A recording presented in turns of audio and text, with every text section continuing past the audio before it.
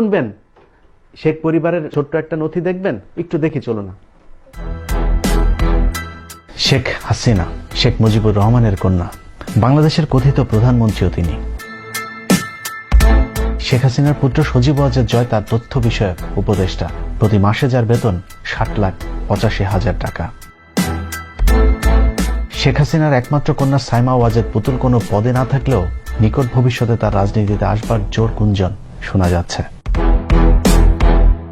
শেখ হাসিনার ফুফাতো ভাই শেখ ফজলুল হক মনির দুই ছেলের একজন শেখ ফজলে নূর তাপস, যিনি ঢাকা 12 আসনের এমপি পদ ছেড়ে হয়েছেন ঢাকা দক্ষিণের সিটি মেয়র।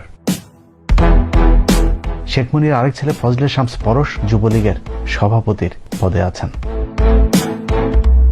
শেখ হাসিনার ফুফাতো ভাই ও 15 আগস্টে সেনা বিদ্রোহে নিহত আব্দুর রব শেরনিয়াবাদের পুত্র আবুল হাসনাত আবদুল্লাহ বরিশাল 1 আসনের সাংসদ। তার পুত্র শেরনিয়াবাদ সাদিক আবদুল্লাহ বরিশাল সিটি কর্পোরেশনের মেয়র।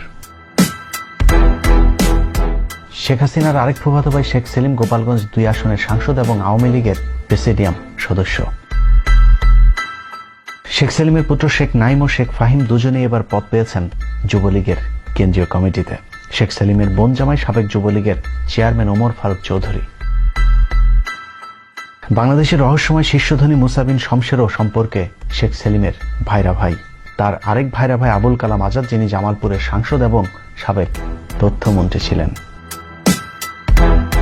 শেখ হেলাল উদ্দিন শেখ হাসিনার চাচাতো ভাই, সেই সূত্রে হয়েছেন বাগেরহাট 1 আসনের এমপি।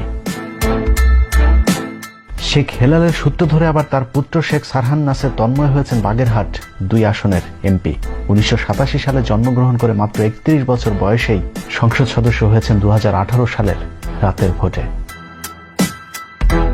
শেখ হাসিনার চাচাতো ভাই শেখ সোহেল দীর্ঘদিন ধরে বিসিবির পরিচালকের দায়িত্ব পালন করছেন, সেই সাথে নতুন করে পদ পেয়েছেন যুবলীগের কেন্দ্রীয় কমিটিতে। আরেক চাচাতো ভাই শেখ সালাউদ্দিন জুয়েল খুলনা 2 আসনের সংসদ সদস্য নির্বাচিত হয়েছেন বিনা প্রতিদ্বন্দ্বিতায়। চাচাতো ফুফাতো ভাইদের পাশাপাশি ভাগ্য বিধাতা মুখ খুলে তাকিয়েছেন ফুফাতো বোনদের দিকেও।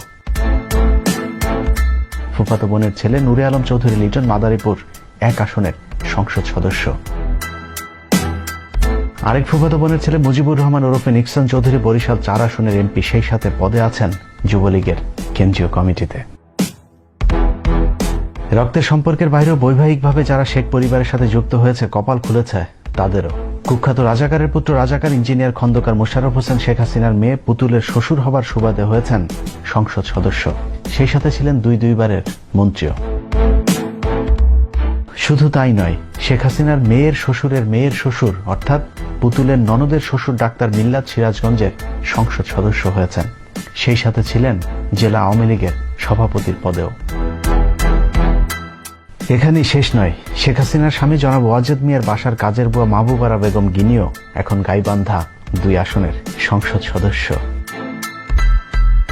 অন্যদিকে শেখ হাসিনার আরেক বোন শেখ রেহানা সরাসরি দলের কোনো পদে না থাকলেও মনোনয়ন বাণিজ্য থেকে শুরু করে দলে তার রয়েছে অদৃশ্য শক্তিশালী নিয়ন্ত্রণ।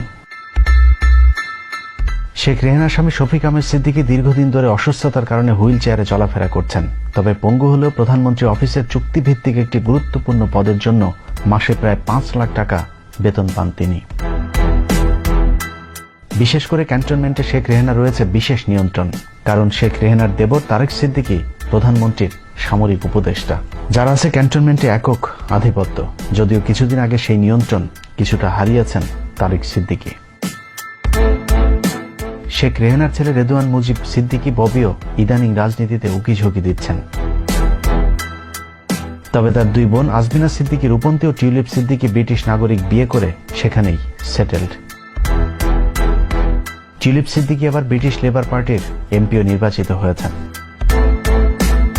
পুতুলের শ্বশুরবাড়ির আত্মীয় স্বজনের মতো শেখ রেহানার শ্বশুরবাড়ির লোকজনের সাথে যাদের আত্মীয়ের সম্পর্ক আছে তারাও উঠে এসেছেন ক্ষমতার কেন্দ্রবিন্দুতে।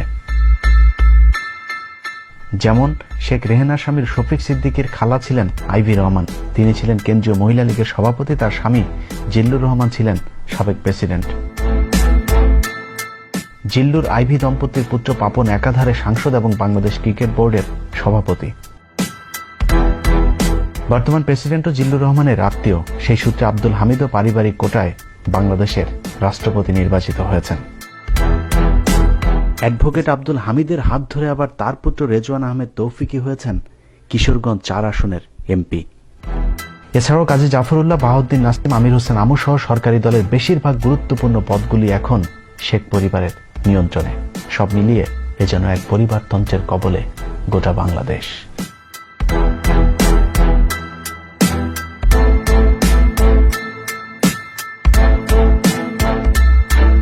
আপনি বুঝেন কোন দেশের মধ্যে আমরা আছি। অতএব এই পরিবারের সাথে থাকতে পারলে আপনার ভাগ্য খুলে যাবে। আর এই পরিবারের বাইরে যদি যান, আপনি যত বড় দেশপ্রেমিক হন, যত বড় মুক্তিযোদ্ধা হন, যত বড় আওয়ামী লীগার হন, আপনার কোনো খাওয়া নেই। এর জ্বলন্ত উদাহরণ দেখবেন।